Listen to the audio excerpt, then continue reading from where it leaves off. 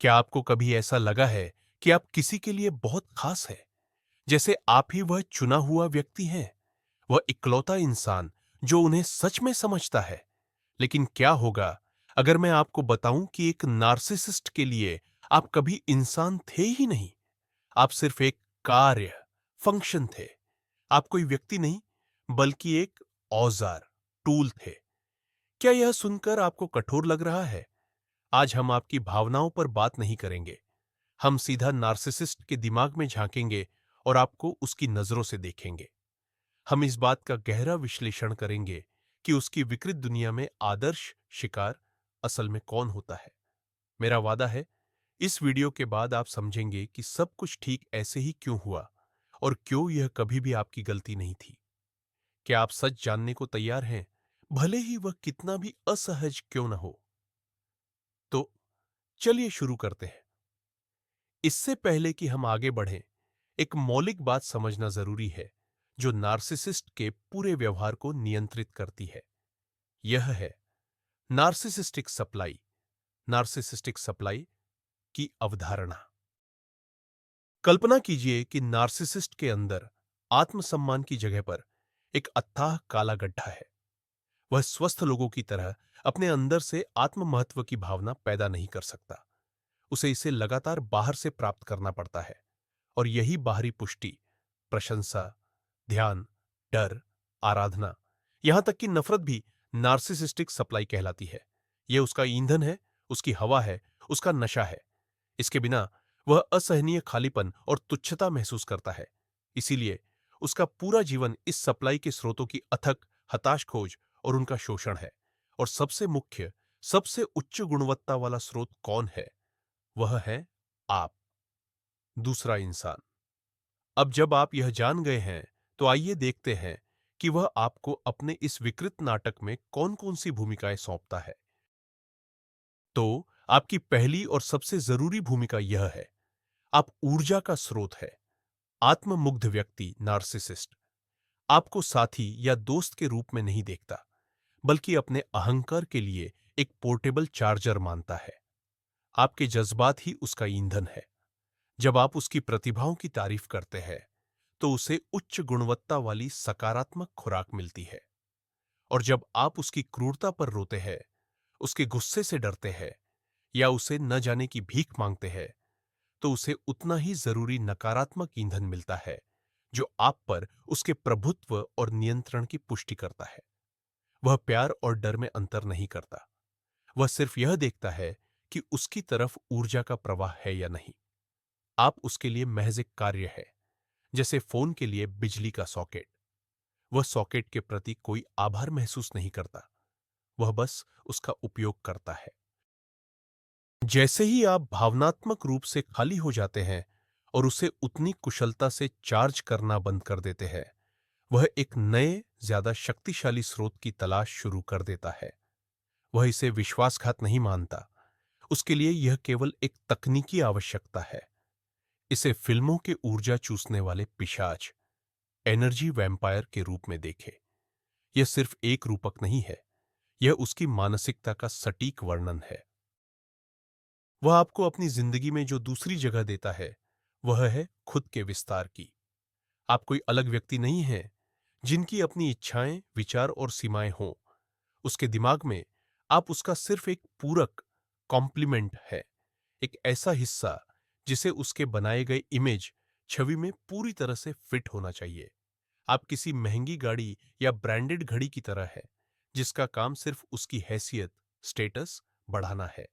आपको एक खास तरीके से दिखना होगा, खास बातें करनी होंगी और सिर्फ सही लोगों के साथ दोस्ती रखनी होगी। वह आपकी कामयाबी पर गर्व करेगा, लेकिन इसलिए नहीं कि वह आपके लिए खुश है, बल्कि इसलिए कि आपकी कामयाबी दरअसल उसकी कामयाबी है। वह मानो दुनिया से कहता है, देखिए, मेरे पास कितना शानदार विस्तार है। लेकिन अगर आप कुछ ऐसा कर देते हैं जिससे उसकी छवि पर दाग लग जाए, तो आपकी खैर नहीं।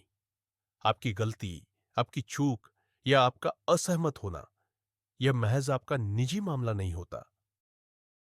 उसके लिए यह ऐसा है जैसे उसका अपना हाथ ही उसकी बात मानना बंद कर दे। यह विद्रोह है, उसकी निजी संपत्ति में एक दोष, डिफेक्ट है जिसे फौरन ठीक किया जाना चाहिए या फिर सजा दी जानी चाहिए। आप उसके बाहरी दिखावे, फसाड का हिस्सा है और आपको उससे अलग अपनी निजी जिंदगी जीने का कोई हक नहीं है। किसी भी रिश्ते की शुरुआत में आप एक आदर्श आईने की भूमिका निभाते हैं। आदर्श बनाने के इस दौर में जब नार्सिसिस्ट आपकी तरफ देखता है, तो असल में वह आपको नहीं देख रहा होता है, बल्कि वह अपने आप को सबसे बेहतरीन रोशनी में आपके भीतर प्रतिबिंबित होते हुए देखता है। वह आप में वे सभी गुण देखता है जो वह खुद में देखना चाहता है: दयालुता, पवित्रता, कामयाबी और सुंदरता। वह कहता है, हम कितने मिलते जुलते हैं, या मुझे तुम्हारे जैसा इंसान कभी नहीं मिला। लेकिन हकीकत में वह कह रहा होता है, तुम वह आदर्श आईना हो जो मुझे एक आदर्श व्यक्ति के रूप में दिखाता है। उसे आपसे नहीं, बल्कि खुद के उस काल्पनिक आदर्श रूप से प्यार हो जाता है जिसे वह आपकी प्रशंसा से भरी नजरों में देखता है। आप एक कोरा कैनवस हैं जिस पर वह अपना आत्मचित्र, सेल्फ पोर्ट्रेट बनाता है। वह आपको तारीफों और तोहफों से इसलिए नहीं भर देता कि वह उदार है, बल्कि इसीलिए ताकि आप उसकी महानता को और भी शानदार तरीके से दिखा सकें। लेकिन जैसे ही यह आईना असलियत दिखाना शुरू कर देता है, जैसे आपकी थकान, आपकी अपनी राय या आपकी कमियां, तो यह आईना उसकी नजर में खराब या टेढ़ा हो जाता है और नार्सिसिस्ट गुस्से से आग बबूला हो जाता है। वह ऐसे आईनों को बर्दाश्त नहीं कर सकता जो उसे सच दिखाते हैं। वह इन्हें तोड़ देना चाहता है और एक नया, चमकीला और बेदाग आईना तलाशने निकल पड़ता है। आपकी हमदर्दी, एम्पैथी, उसके लिए कोई तोहफा नहीं, बल्कि महज हेरा फेरी करने का एक हथियार है। नार्सिसिस्ट में कमाल की क्षमता होती है कि वे सहानुभूति रखने वाले, दयालु और भले लोगों को झट से पहचान लेते हैं। उन्हें आपकी हमदर्दी ऐसी चाबी लगती है जो आपके तमाम संसाधनों तक पहुंचने के लिए हर दरवाजा खोल सकती है। वह जानता है कि जब वह अपने मुश्किल बचपन की कहानी सुनाएगा, तो आप उस पर तरस खाएंगे। उसे पता है कि जब वह अब कभी नहीं की कस्में खाएगा, तो आप उसे माफ कर देंगे। वह आपकी समझने और महसूस करने की क्षमता का इस्तेमाल आपके ही खिलाफ करता है। वह रहम की भीख मांगेगा और आप में अपराध बोध पैदा करेगा। वह पछतावे का नाटक करेगा, क्योंकि वह जानता है कि आपका दयालु दिल उसे एक और मौका जरूर देगा। उसके लिए आपकी हमदर्दी एक कमजोरी है, एक ऐसी नाजुक जगह है जिसका फायदा उठाया जाना चाहिए। वह इसकी कद्र नहीं करता, वह इससे नफरत करता है, क्योंकि वह खुद इस तरह का कोई भाव महसूस नहीं कर सकता। आपकी मदद करने और माफ करने की इस तत्परता को वह मूर्खता समझता है, जो उसे बार बार अपनी मनचाही चीज हासिल करने देती है। जरा सोचिए, एक चोर जिसे कोई मास्टर चाबी मिल गई हो, आपकी हमदर्दी ठीक उसके लिए यही है। नार्सिसिस्ट आपकी कमजोरियों और कमियों को भविष्य के लिए गोला बारूद के रूप में देखता है।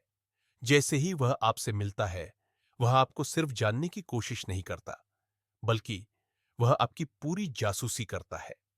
जब आप अपने डर, अपनी हीन भावनाएं या अपने पुराने जख्म उसके साथ साझा करते हैं, तो वह बहुत ध्यान से सुनता है। लेकिन वह यह सब आपको सहारा देने के लिए नहीं करता। वह हर एक बात को बारीकी से अपने अंदरूनी ब्लैकमेल फाइल में दर्ज करता चला जाता है। आपकी हर एक कमजोरी उसकी रिवॉल्वर की गोली है, जिसे वह डिवैल्यूएशन, अपमान की स्टेज पर बेझिझक आप पर चलाएगा। क्या आप अकेलेपन से डरते हैं? वह आपको छोड़कर जाने की धमकी देगा। क्या आप अपनी शक्ल सूरत को लेकर असुरक्षित महसूस करते हैं?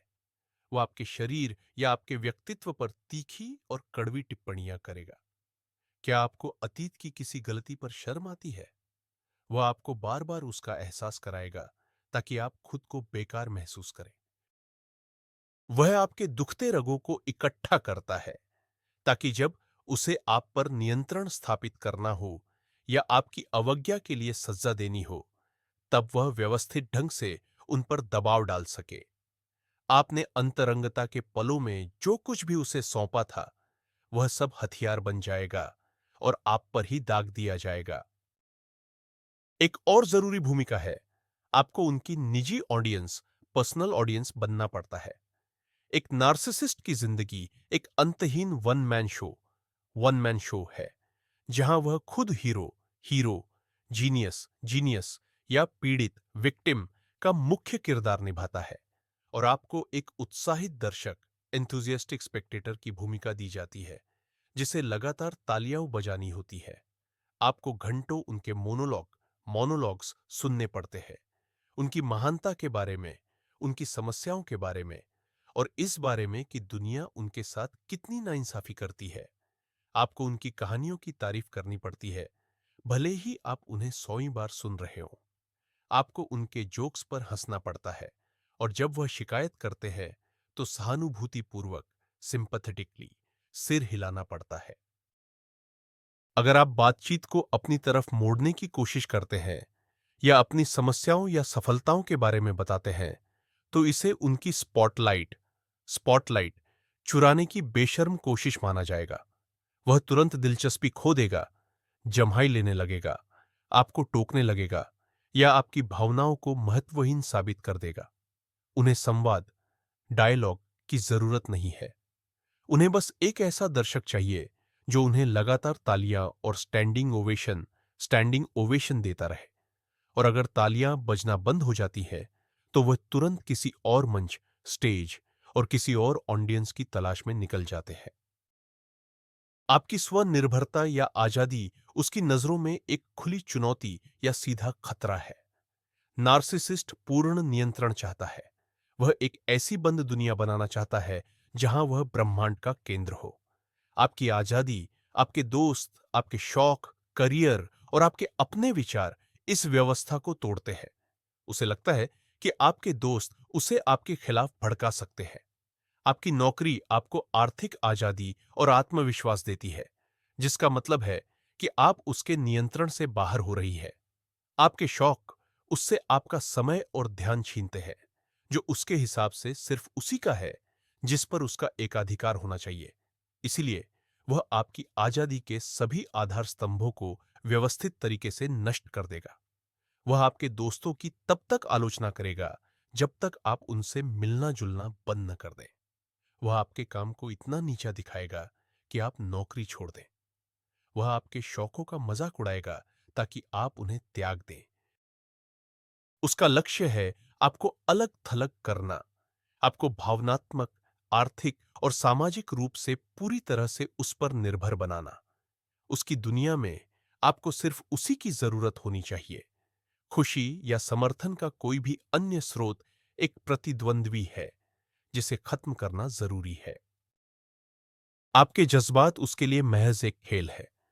चूंकि नार्सिसिस्ट में खुद की गहरी भावनाओं की कमी होती है, इसलिए वह दूसरों के इमोशंस को किसी रिसर्चर के ठंडे कौतूहल या फिर एक जुआरी के रोमांच से देखता है। उसे अलग अलग बटन दबाकर देखना पसंद है कि प्रतिक्रिया क्या आती है। अगर मैं उसकी तारीफ करूं तो क्या होगा? वह मुस्कुराती है।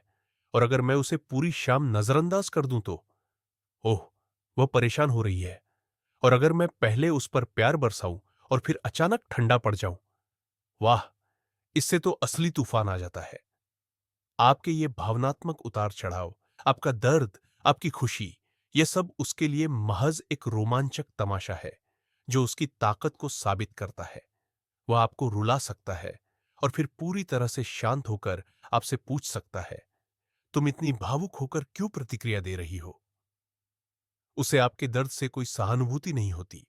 वह तो बस उस प्रभाव का आनंद लेता है जो उसने पैदा किया है। यह उस बच्चे जैसा है जो खिलौना इसलिए तोड़ता है ताकि देख सके कि उसके अंदर क्या है। उसे जरा भी पछतावा नहीं होता, बस दिलचस्पी होती है और अपनी आत्मशक्ति का एहसास। आपकी निजी सीमाओं को वो एक ऐसी चुनौती की तरह देखता है जिसे उसने हर हाल में पार करना है। एक स्वस्थ व्यक्ति के लिए ना का मतलब होता है रुकना, दूसरे की जगह का सम्मान करना। लेकिन एक नार्सिसिस्ट के लिए ना तो बस उस दिलचस्प खेल की शुरुआत है जिसका नाम है इसकी मर्जी तोड़ दो। आपकी सीमाएं उसके लिए मौजूद ही नहीं है।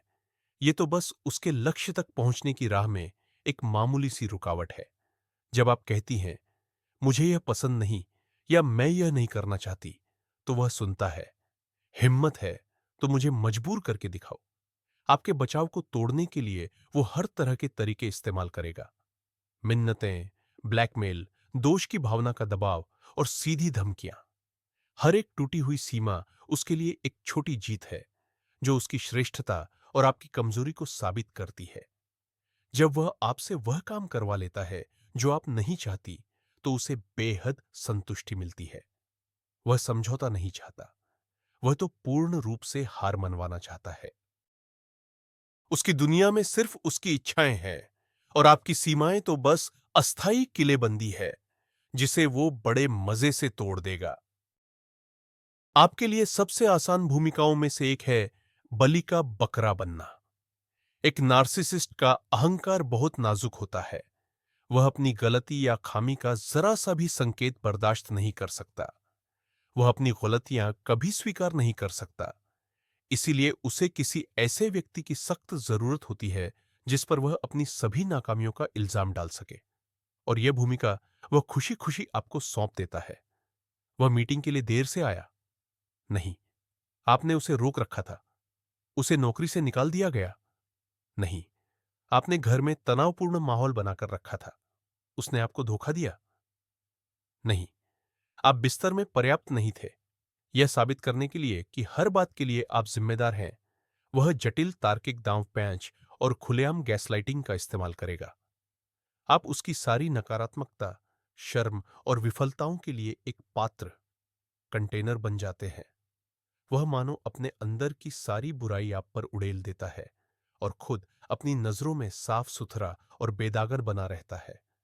यह उसे अपनी महानता के भ्रम को बनाए रखने की अनुमति देता है। आप उस तड़ित चालक, लाइटनिंग रॉड की तरह है जो उसकी सारी नाकामियों की बिजली के झटके खुद पर झेलता है। उसके लिए आपका हर बार माफ कर देना कोई अच्छाई नहीं, बल्कि आगे दुर्व्यवहार, अब्यूज करते रहने की खुली सरकारी अनुमति है। जब आप पहली बार उसे माफ करती हैं, तो वह एक जरूरी बात नोट कर लेता है। इसके साथ यह तरीका काम करता है। आपके हर ठीक है, मैं तुम्हें माफ करती हूं को वह दया या रहम का काम नहीं, बल्कि आपकी कमजोरी और समझौता करने की आदत मानता है। वह कोई सबक नहीं सीखता और न ही बदलना चाहता है। इसके विपरीत, वह समझ जाता है कि अब वह हदें बढ़ा सकता है। अगर आपने उसकी बदतमीजी माफ कर दी, तो आप उसका चिल्लाना भी माफ कर देंगी। चिल्लाना माफ कर दिया, तो गालियां भी माफ कर देंगी। और अगर आपने अपमान माफ कर दिया, तो वह मान लेता है कि आप बेवफाई, धोखा भी माफ कर देंगी। आपकी माफी उसके लिए हरी झंडी है, एक संकेत कि सीमाओं को और दूर धकेला जा सकता है। वह आपकी दया की कद्र नहीं करता, वह तो बस इसका इस्तेमाल यह तय करने के लिए करता है कि वह आप पर कितना जुल्म कर सकता है।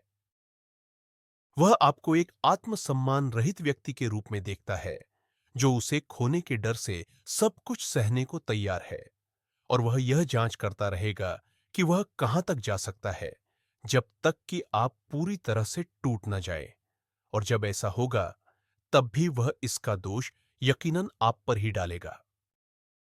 शायद सबसे डरावनी बात यह है कि वह आपको एक जीता जागता इंसान नहीं, बल्कि सिर्फ एक वस्तु, ऑब्जेक्ट के रूप में देखता है। इसे वस्तुकरण, ऑब्जेक्टिफिकेशन कहते हैं।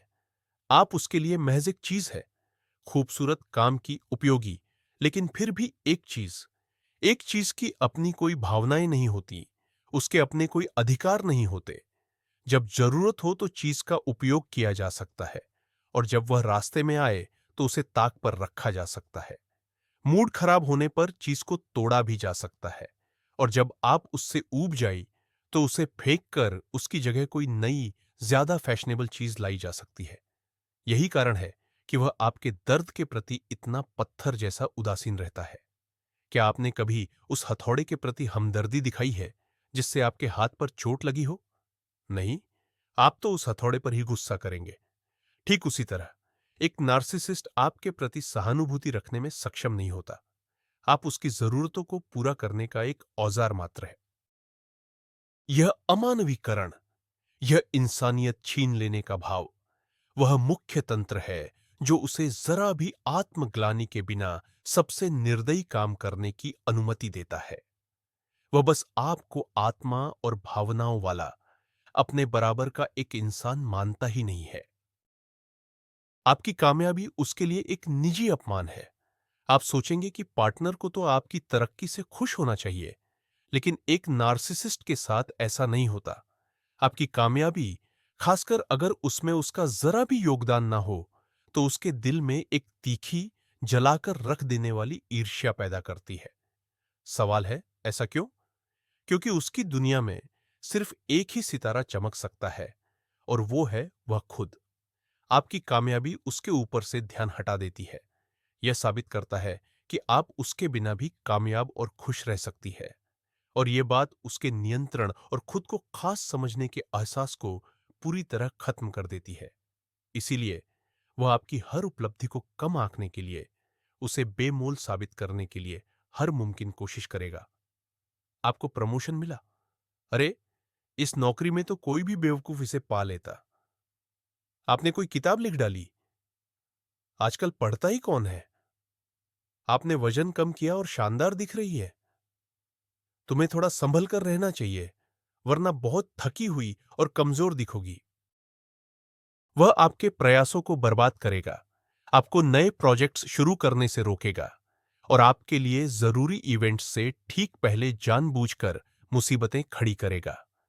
वह यह बिल्कुल बर्दाश्त नहीं कर सकता कि आप उससे ज्यादा चमकें। आपकी खुशी उसके अहंकार, ईगो के लिए जहर की तरह है। उसके बारे में आपकी जानकारी और उसकी असली फितरत को वह अपने लिए जानलेवा खतरा मानता है। जब तक आप भ्रम के कोहरे में हैं और उसकी आदर्श छवि, परफेक्ट इमेज पर विश्वास करते हैं, तब तक आप सुरक्षित हैं और उसके काबू में हैं। लेकिन जैसे ही आप उसे पहचानना शुरू कर देते हैं, उसकी हेराफेरी, उसके झूठ और उसके अंदर के खोखलेपन को देख पाते हैं, आप शिकार से गवाह बन जाते हैं। और यह गवाह बहुत खतरनाक होता है। आपके पास ऐसी जानकारी है जो उसका बनाया हुआ नकाब उतार सकती है। आप उसे सबके सामने बेनकाब कर सकते हैं, और यही उसका सबसे बड़ा डर है। इसलिए जैसे ही उसे लगता है कि आप जाग गए हैं, यानी आपको सच दिख गया है, उसका व्यवहार अचानक बदल जाता है। वह या तो आपको मानसिक रूप से तोड़ने की कोशिश करेगा, एक आक्रामक बदनामी का अभियान चलाएगा ताकि कोई आपकी बातों पर विश्वास न करे, या फिर वह अचानक सारे संपर्क तोड़कर गायब हो जाएगा ताकि आप उसकी इज्जत पर वार न कर सके। उसे आपको एक इंसान के तौर पर खोने का डर नहीं है, उसे डर है आपके सच के धारक होने से, जो उसे तबाह कर सकता है। आप उसके छोटे से नार्सिसिस्टिक साम्राज्य की राष्ट्रीय सुरक्षा के लिए एक बड़े खतरे बन जाते हैं। उसकी दुनिया में आप बस उसकी जायदाद है। वह आपको अपना साथी नहीं मानता, जिसके साथ रिश्ते में बराबरी हो। वह आपको एक ऐसी चीज की तरह देखता है जिसे उसने हासिल कर लिया है, और अपनी संपत्ति का उपयोग करने का अधिकार केवल मालिक को होता है। इसी वजह से उसमें इतना ज्यादा पागलपन की हद तक शक भरा है, और वह आपके हर कदम को नियंत्रित करना चाहता है। वह आपका फोन इसलिए नहीं जांचता कि उसे धोखे या दर्द का डर है।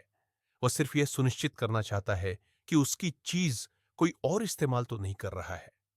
जब आप दूसरों से बात करती है, तो वह इसलिए गुस्सा नहीं करता कि वह आपकी कमी महसूस कर रहा है, बल्कि वह इसलिए नाराज होता है क्योंकि आप उस समय और ऊर्जा को, जो सिर्फ उसकी है, किसी बाहरी व्यक्ति पर लगा रही है। वह खुद चाहे कितनी भी बेवफाई करे, पर आपको एक मासूम फ्लर्ट भी माफ नहीं करेगा, क्योंकि वह मालिक है, आप नहीं। एक चीज की अपनी मर्जी नहीं हो सकती। मालकियत की यह भावना ही एक बड़ी वजह है कि वह रिश्ते के टूटने पर इतनी बुरी तरह प्रतिक्रिया करता है, भले ही उसने खुद ही रिश्ता तोड़ा हो। वह यह स्वीकार नहीं कर सकता कि उसकी संपत्ति ने आजादी पाने का फैसला कर लिया है। जब आप जाने का फैसला करती हैं, तो वह इसे आपके खुशी के अधिकार के रूप में नहीं, बल्कि सबसे बड़े विश्वासघात के रूप में देखता है। उसकी दुनिया में आप उसे छोड़ नहीं सकती। रिश्ते कब खत्म होंगे, इसका फैसला वह खुद करता है। आपका जाना अवज्ञा का कार्य है, एक गुलाम का विद्रोह जो उसकी भव्यता ग्रैंडियोसिटी पर एक भयानक चोट करता है। उसे किसी प्रियजन को खोने का दुख नहीं होता। उसे इस बात का नार्सिसिस्टिक क्रोध, अहंकारी गुस्सा महसूस होता है कि उसे ठुकराया गया है, उसे छोड़ दिया गया है। आपकी हिम्मत कैसे हुई?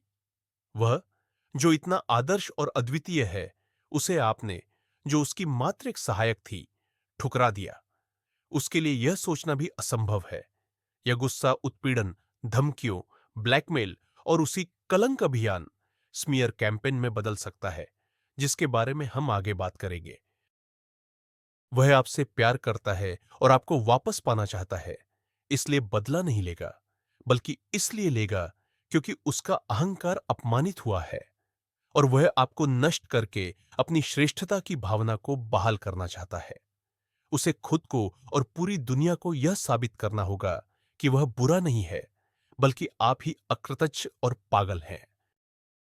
ब्रेकअप के बाद, खासकर अगर आपने पहल करके रिश्ता तोड़ा है, तो आपको तुरंत एक नई सार्वजनिक भूमिका मिल जाती है, पागल एक्स, सन्नकी पूर्व।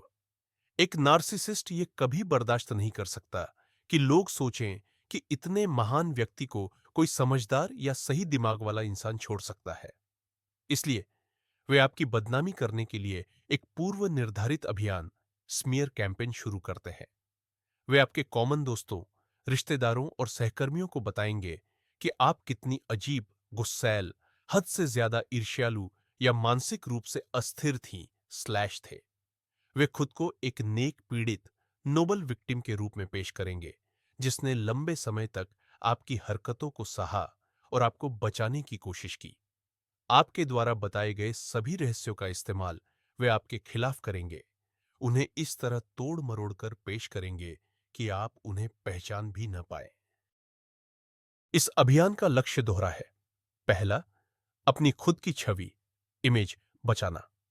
दूसरा, आपको सामाजिक समर्थन, सोशल सपोर्ट से अलग थलग कर देना, ताकि जब आप सच्चाई बताने की कोशिश करें तो कोई आप पर विश्वास न करे। उन्हें यह सुनिश्चित करना होता है कि समाज की नजरों में वे नायक बने रहे और आप खलनायक। यह अंतिम लेकिन बहुत महत्वपूर्ण हेरफेर, मैनिपुलेशन है, जो आपके रिश्ते की कहानी पर उनका नियंत्रण पक्का कर देता है। उसने आपके साथ चाहे कुछ भी किया हो, उसके दिमाग में आप हमेशा एक अविस्मरणीय स्रोत, अनफॉरगेटेबल सोर्स बने रहते हैं। भले ही महीनों या सालों बाद उसे कोई नया शिकार, नई आपूर्ति मिल जाए, लेकिन एक नार्सिसिस्ट आपको अपनी डेटाबेस से कभी नहीं मिटाता। उसे अच्छी तरह याद है कि आपने उसे किस तरह की ऊर्जा या संसाधन दिया था, और अगर उसका नया स्रोत सूख जाए या उसकी गुणवत्ता, क्वालिटी उतनी अच्छी न निकले, तो वह बिना किसी हिचकिचाहट के आपके पास लौटने की कोशिश करेगा। इस प्रक्रिया को हूवरिंग कहा जाता है।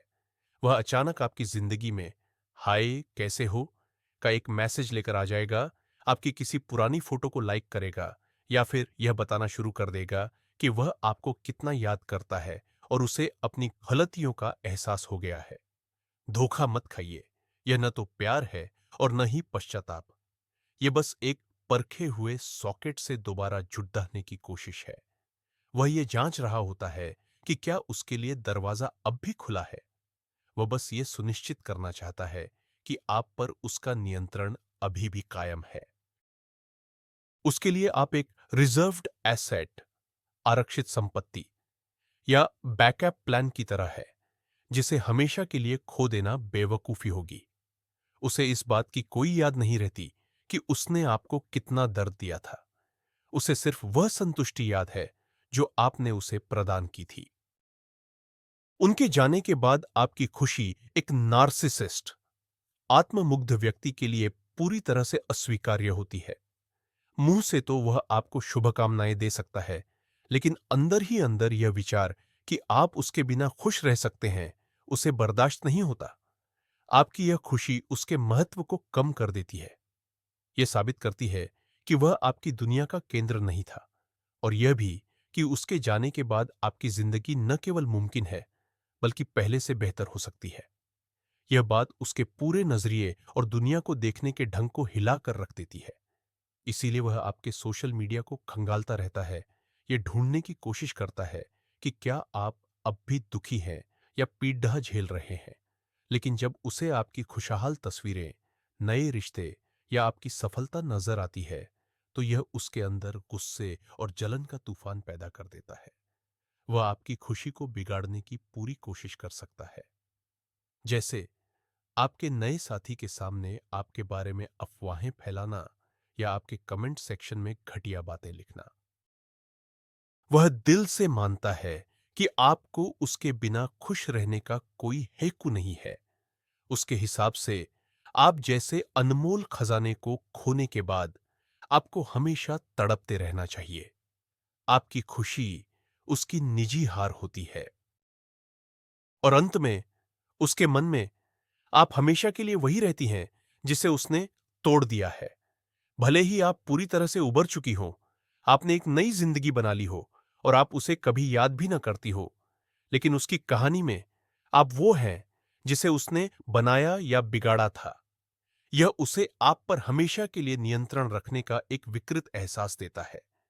वह आपको एक ऐसे इंसान के रूप में नहीं देखेगा जिसने उठकर जाने और ठीक होने की हिम्मत दिखाई, बल्कि एक ऐसी पुरानी चीज समझेगा जिस पर उसने अपनी छाप छोड़ दी है, अपनी पूर्व संपत्ति।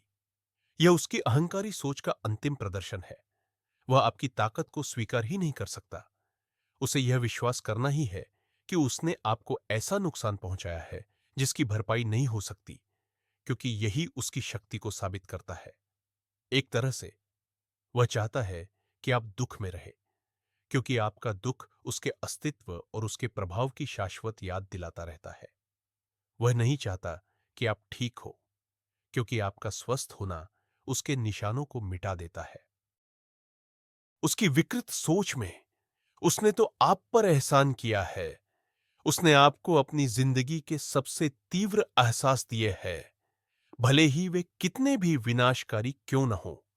और इसके लिए आपको हमेशा उसका आभार मानना चाहिए और उसे याद रखना चाहिए। तो इस ठंडी बिगड़ी हुई दुनिया में झांकने के बाद हम क्या निष्कर्ष निकाल सकते हैं? नार्सिसिस्ट की नजरों में पीड़ित इंसान नहीं होता, बल्कि वह एक बहुउपयोगी उपकरण होता है। यह एक आईना है जिसे उसकी महानता को दिखाना चाहिए। यह एक फर्स्ट एड किट है जिसे उसके अहंकार के जख्मों को भरना चाहिए। यह एक लाइटनिंग रॉड है जिस पर उसकी सभी नाकामियों का इल्जाम पड़ना चाहिए। यह एक ट्रॉफी है जिसे वह इतरा कर दिखा सकता है। यह एक दर्शक वर्ग है जिसे हर बात पर तालियां बजानी चाहिए। और यह एक बैटरी है जिससे उसे ऊर्जा मिलती रहनी चाहिए। इस बात को समझना नफरत का कारण नहीं है, यह मुक्ति का कारण है। जब आप ये समझते हैं कि बात कभी आप पर थी ही नहीं, कि आप तो महज एक फंक्शन थे, तो आप खुद से यह सवाल पूछना छोड़ देते हैं, मैंने क्या गलत किया? आप ये समझते हैं कि आपकी जगह कोई भी हो सकता था जिसके पास सही गुण थे, हमदर्दी, दयालुता और प्यार करने की इच्छा।